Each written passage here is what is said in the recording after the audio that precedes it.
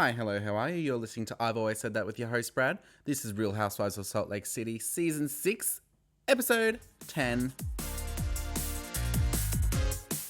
So we've obviously had quite a few large episodes, I'm going to say. Large, indeed, coming off the back of the Below Deck crossover, which was, again, iconic. If for some reason you haven't seen it, do yourself a favour and go see it. I swear to God. They were reeling from the consequences of Meredith on a plane. Not snakes on a plane, Meredith on a plane, yes. Worrisome, though we saw none of it because the cameras were not rolling. Allegedly, Meredith lost her goddamn loving mind at Britani on the flight home from Canyuan, wherever the Below Deck was being filmed back home. And oh my God, Britani is an absolute mess after it. And everyone was like, holy shit. Meredith's gone too far. And I'm like, oh my God. Like, what happened? Don't give me this half a story BS. I want to know what's happened. So I'm hoping we find out at some point. Anyway, at the top of this episode, Whitney is hosting a surprise potluck in honor of Britani. In honor of Britani, it sounds like she's died.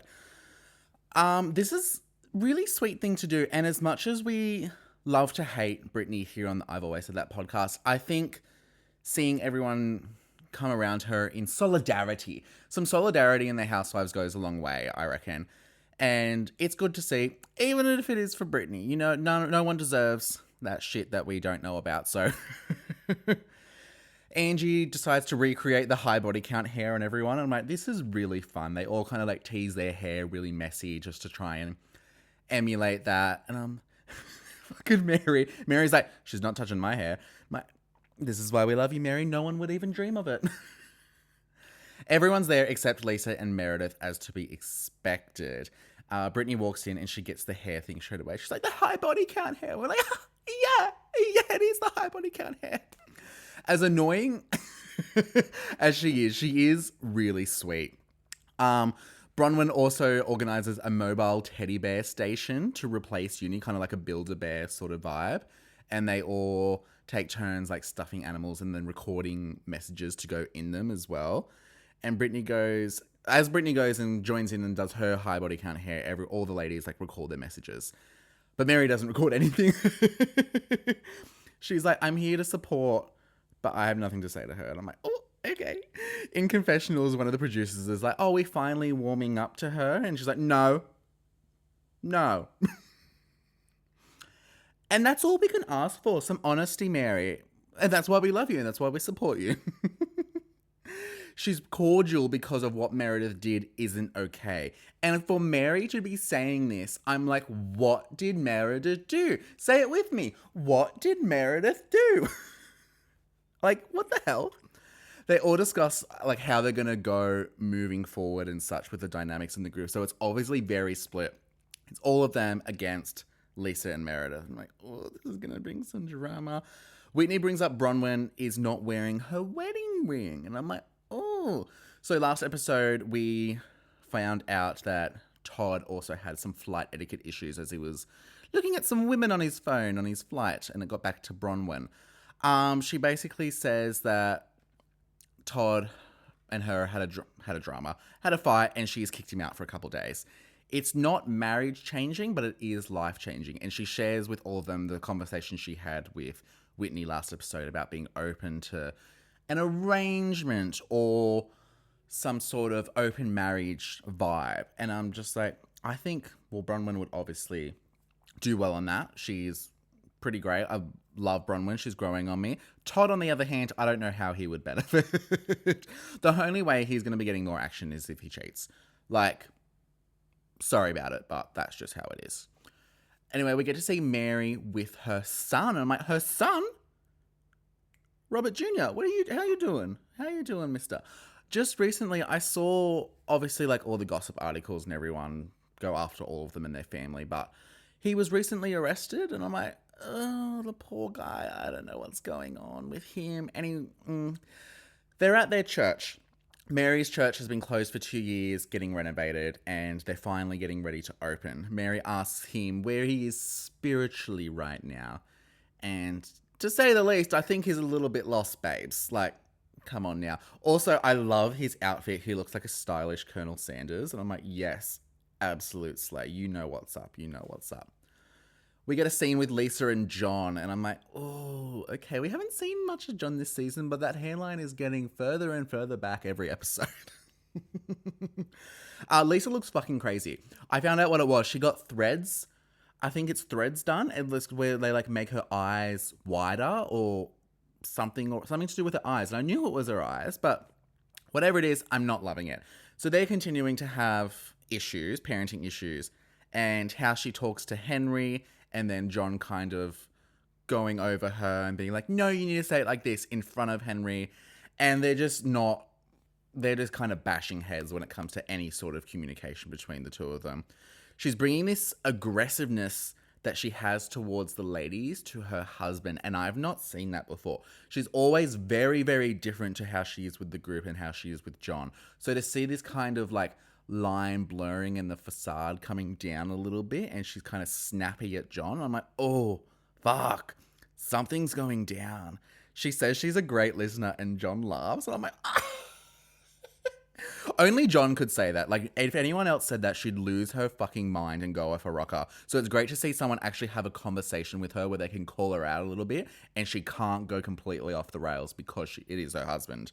It's just very intense, and I'm just like, oh, it's making me uncomfy. They talk about how, like, their relationship is so ingrained with business. I'm like, that's fair. That must be tough.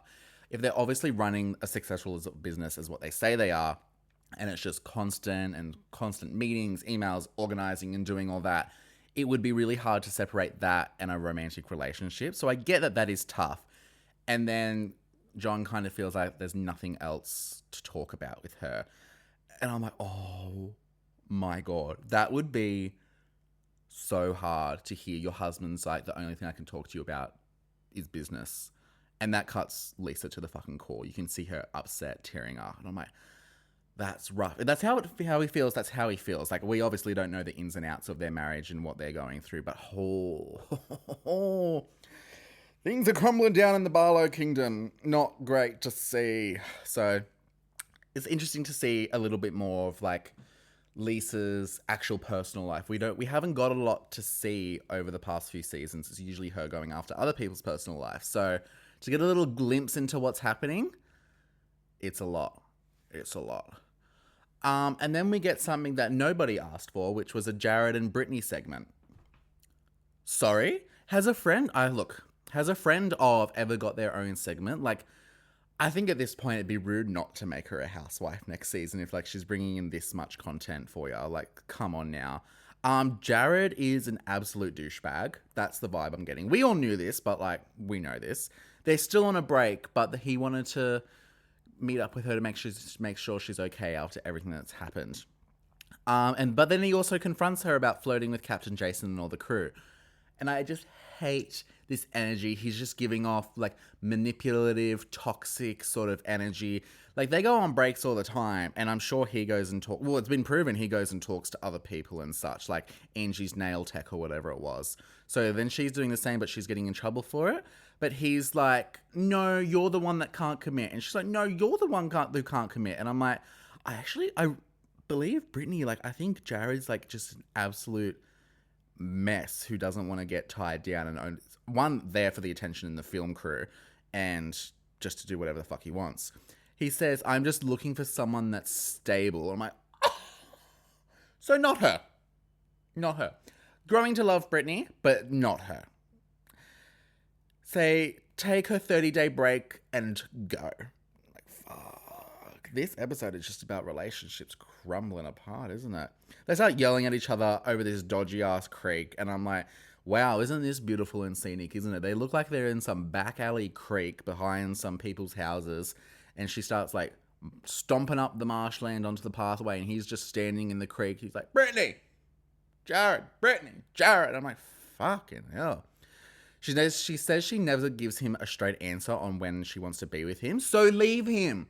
You've been together so many times, off and on, off and on, off and on. Leave him. You see what it's doing to the relationship with your daughter. Leave him. He seems like an absolute fuckwit, and I'm becoming empathetic towards Britani because fuck men. Especially Jared. Like, ah! I just want to shake her. Like, it'd be hard to be in this, like, toxic cycle with him, obviously. But it's just like, oh, get out of it. And all of her friends are telling her, get out of it. And speaking of relationships falling apart, now we get to see Todd and Bronwyn. My favorite too. This is the first time we've seen Todd since we found out about his little flight scandal moment. And he looks absolutely fucking miserable to be on camera. Yay! I love it. She says she ends up feeling like she's not good enough. Her. Not good enough for him. For Todd. Are we looking at the same man? Oh, right. She brings up the ideal, oh my God, the idea of a possible arrangement or openness. And I'm like, oh my God, how's this gonna go? He admits he was wrong, but is happy with the relationship they have. Like, of course he is. He's like, I'm not letting anyone near you. Like, why would he do that? He's got it too good.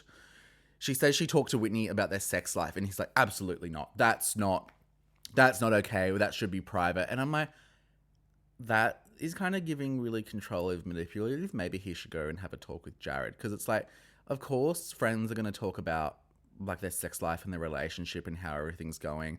That's not healthy. It's giving toxic and controlling, like I said. And then at the end of the conversation, Todd's like, we talked about it. We resolved it. We're moving forward. And Bronwyn's like, yeah. And I'm like, sorry, did you? Because I don't think anything's been resolved. In fact, I think more issues have just been raised. And I think we need to go check on Bronwyn. I hope Bronwyn's okay. Also, side note, I saw Bronwyn at BravoCon recently. Well, I didn't see her. I saw her online at BravoCon. And she said, she made a really supportive comment for the trans community saying, with the amount of gender-affirming care that housewives get, if they're not using their platform to speak up for trans rights, then they absolutely should be. And I'm like, fucking hell. Just when I thought I couldn't love Bronwyn enough, she goes and does this. Fucking props to her. Absolute icon, Bronwyn. You're really moving up the list. Love it. Then we get to go to Mary's church reopening, and she walks in. She looks absolutely fucking stunning. You can just feel the emotion radiating from her. I'm like, oh, this is going to be good. Then she pulls out this cunty bejeweled Bible, and I'm like, of course. Of course your Bible is bedazzled. That makes sense. Of course that makes sense. No Robert Jr. with her because they got in the car to go to the church, and he was high. And I'm like, fuck, that's really rough. She's handling it really well, but you can tell she's obviously upset about it. She's got a lot on her plate, and she just needs to take it one day at a time with him. I'm like, the poor thing. But then I'm also like, wait, is he in jail? What's going on with him? I don't know where he's up to, but I'm sure we'll find out. Bronwyn, Heather, Whitney, and Angie join, and they're all kind of standing out front, unsure if Lisa and Meredith are going to come, and then here they are. It'll be the first time they've been all together since the boat, so to say it's tense to say the least. Wow, English, okay. And they're about to walk into the church. I'm like, this is too good. And the church is such a vibe. The music, the energy, and everything. I'm like, this is exciting. It's so interesting seeing her in her element, filled with so much energy when she's usually like pretty reserved, laid back, honestly a bit cutthroat. But to see her up there standing and preaching and everything, it's quite nice. Yeah, she's doing her sermon, I guess you want to say. I don't know. I'm not religious. I don't know what the right terminology is. But she gives kind of like a shout out to each of the housewives saying like, you're going to grow, you're going to prosper, all that good shit. And it's nice to end on a high, although I did think we were going to get a confrontation of some sort though.